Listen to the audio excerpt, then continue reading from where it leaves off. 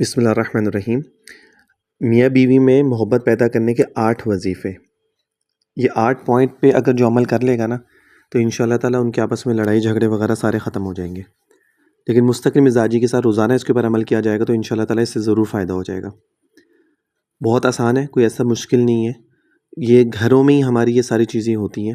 کوئی آپ کو اس کے لیے کوئی بہت پڑھائیاں نہیں پڑھنی ہے، کوئی بہت ساری چیزیں نہیں پڑھنی ہیں، بہت آسان ہے۔ یہ کچھ مسائل ایسے ہیں جو مجھے ڈیلی بیسس پہ نا لوگ میسیجز کرتے ہیں، اس سے جھگڑا ہو رہا ہے، وہ ڈائیورس دے رہا ہے، وہ مجھے گھر سے نکال دیا، اس نے یہ کر دیا، اس نے وہ کر دیا۔ تو میں ہمیشہ ایک بات کہتا ہوں کہ کبھی بھی کوئی چیز ہونے کے بعد مجھ سے سوال مت کیا کریں، جب وہ چیز شروع ہوتی ہے نا، ابھی مسئلہ شروع ہو رہا ہے تبھی مجھے پوچھیں، تاکہ میں اسی ٹائم اس کا سلوشن آپ کو بتاؤں اور وہ پرابلم آپ کی سولو ہو جائے اللہ کے حکم سے۔ جب اینڈ میں جب ہر چیز ختم ہو جاتی ہے نا، پھر تو بہت مشکل ہو جاتی ہے ہر چیز۔ اینڈ تک پورے یہ بیان جو ہے نا سنیے گا، اور وہ 8 پوائنٹ جو ہے نا بے شک آپ اس کو شارٹلی اپنے پاس لکھ لیجیے گا۔ ویسے تو مشکل نہیں ہے، آپ سنیں گے تو انشاءاللہ تعالیٰ آپ کو ویسے ہی پتہ چل جائے گا، پھر بھی آپ اس کو لکھ لیجیے گا، اس کے اوپر عمل کرنا شروع کریں، انشاءاللہ تعالیٰ اس سے آپ کو بڑا فائدہ ہو جائے گا۔ دو مسلمانوں میں آپس میں اختلاف یا جھگڑا شیطان کی سب سے بڑی کامیابی ہوتی ہے، اور جھگڑا نیکیوں کو ایسے ہی مونڈتا ہے جیسے اس طرح بالوں کو مونڈتا ہے۔ بڑے سے بڑے سمندر اتفاق نہ ہونے کی وجہ سے خشک ہو جایا کرتے ہیں، اس لیے جھگڑے سے بچنے کے لیے شیطان مردود سے بچنے کی بہت زیادہ فکر کی جائے۔ جن چیزوں سے گھروں میں شیاطین آتے ہیں ان سے بچا جائے، اور جن اعمال سے شیاطین سے حفاظت ہوتی ہے ان اعمال کا اہتمام کیا جائے۔ یہ پہلا پوائنٹ بتا رہا ہوں کہ وہ کام کرنے ہیں کہ جن سے شیطان سے حفاظت ہو، اور وہ کام چھوڑنے ہیں کہ جو شیطان جس سے ہمارے اوپر حاوی ہوتا ہے، ٹھیک ہے نا۔ ایک عمل یہ کریں کہ گھر میں سوت البقرہ کا ختم کریں، گھر میں جو ہے وہ سوت البقرہ کا ختم کرنا شروع کریں۔ جن میاں بیوی میں جھگڑا ہو تو شوہر یا بیوی کوئی بھی گھر میں سوت البقرہ پڑھ کر اپنے اوپر اور اپنے کمرے پر دم کر لے، یعنی سوت البقرہ پڑھنے کے بعد اس کو اپنے اوپر بھی دم کر لے، کمرے پہ بھی دم کر لے، شوہر پہ دم ہو سکتا ہے اس پہ بھی کر دے، یا دم کر کے پانی اس کو پلا بھی دے۔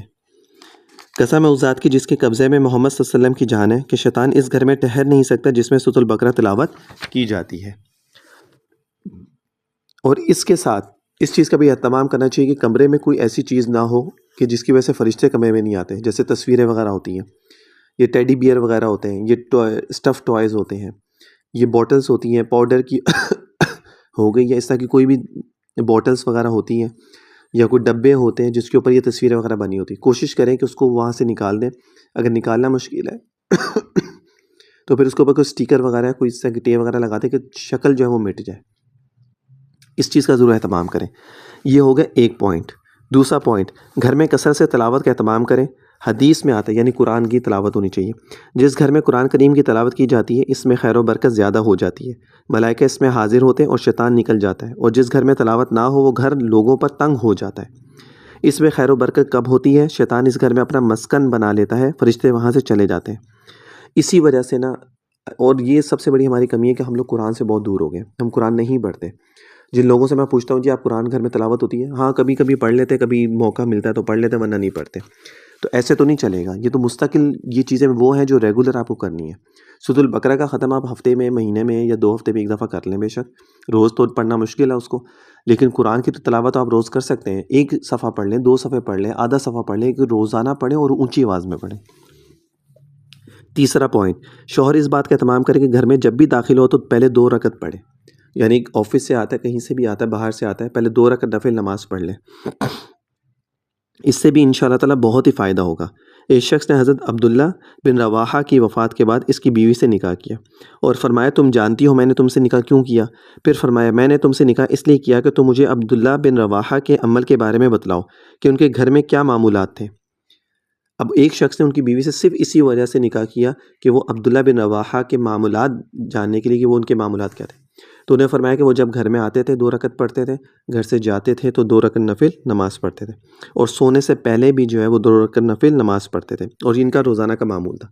خیر اتنا تو متقی پرہیزگار تو بہت کم لوگ ہوتے ہیں کہ جو آتے جاتے اور نفل پڑھتے رہیں۔ ایٹ لیسٹ کم از کم آپ ایک دفعہ تو ضرور پڑھ سکتے ہیں، جب آپ باہر سے گھر میں داخل ہوں تو 2 نفل نماز پڑھ لیں۔ اس کا آسان طریقہ یہ ہے کہ آپ ہر وقت وضو سے رہیں، کوشش یہ کر ہر وقت وضو سے رہیں، پھر اس میں پڑھنے میں آپ کو مسئلہ نہیں ہوگا۔ جب آپ واش روم جائیں وضو کر کے باہر نکلے تو انشاءاللہ تعالیٰ آپ کو نماز پڑھنے میں مشکل نہیں ہوگی، قرآن پڑھنے میں بھی اور ذکر اذکار میں بھی۔ حضرت عائشہ فرماتی ہیں کہ حضور جب بھی گھر سے نکلتے تو 2 رکعت پڑھ کر نکلتے ہیں، لہٰذا 2 رکعت کا اہتمام ہر مرد اور عورت کو کرنا چاہیے۔ اچھا، نمبر 4 پوائنٹ کیا ہے؟ منزل پڑھنے کا اہتمام کریں. منزل ایک چھوٹی سی کتاب آتی ہے، اس کے اندر مختلف صورتیں وغیرہ ہوتی ہیں، آیتیں ہوتی ہیں، تو اس کا اہتمام کریں تاکہ اس کی وجہ سے یہ جو شیاطین اثرات، نظر بد اور یہ چیزیں جو ہوتی ہیں نا، کوئی حاسدین میں سے کوئی ہوتا ہے جو میاں بیوی میں جھگڑا کروانے کی، کوئی عملیات کروانے کی کوشش کرتا ہے. منزل ایک ایسی چیز ہے کہ جو ان سب چیزوں سے آپ کی حفاظت کرتی ہے، اور جب یہ چیزیں نہیں ہوتی تو میاں بیوی میں ہمیشہ محبت رہتی ہے.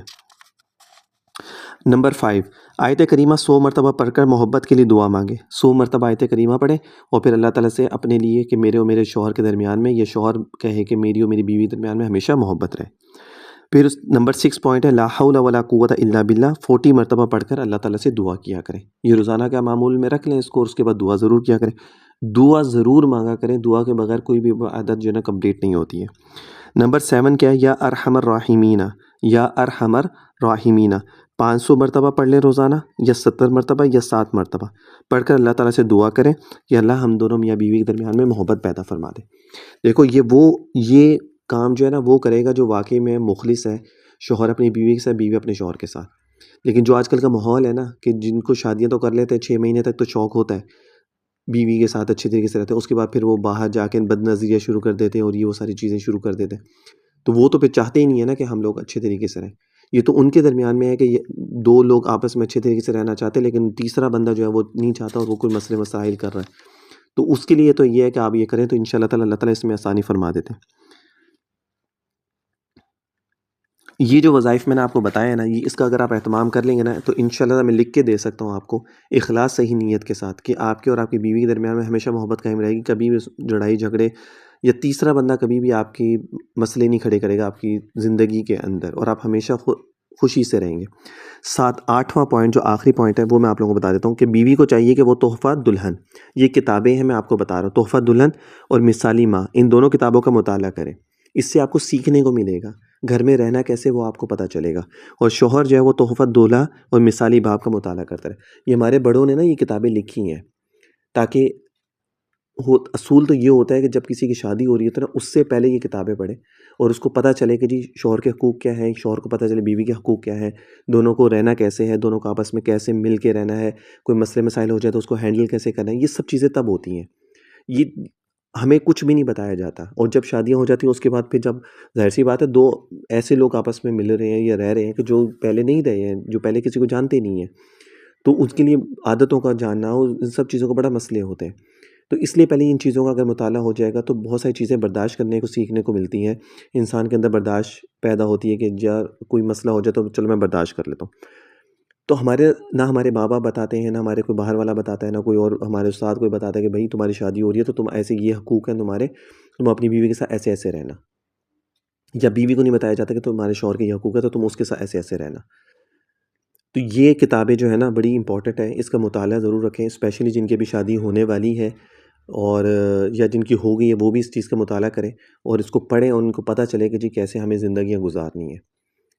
تو یہ 8 پوائنٹ ہیں آپس میں میاں بیوی کی محبت میں رہنے کے لیے. آئی تھنک یہ پہلے کسی نے آپ کو نہیں بتائے ہوں گے یہ پوائنٹس جو ہیں. ایک پوائنٹ کو ایسے بتا دیتا ہوگا لیکن یہ 8 پوائنٹ اس طرح سے آپ کو کسی نے نہیں بتائے ہوں گے. اس کا اہتمام کریں، انشاءاللہ تعالیٰ اس سے آپ کو ضرور فائدہ ہوگا.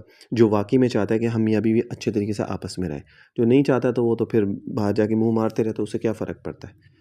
جبھی تو آج کل ڈائیورس اتنی ہو رہی ہیں، آج دوسرے دن جو ہے ہمیں یہ سوال آ رہا ہوتا ہے جی ڈائیورس ہو گئی اب ہم کیا کریں، وہ شوہر ہمارا صحیح نہیں ہے، وہ چھوڑ کے چلا گیا، اس نے گھر سے نکال دیا، وہ کسی اور کے ساتھ انٹرسٹیڈ ہو گیا، وہ اس کے ہمیں ٹائم نہیں دیتا، خرچہ نہیں دیتا.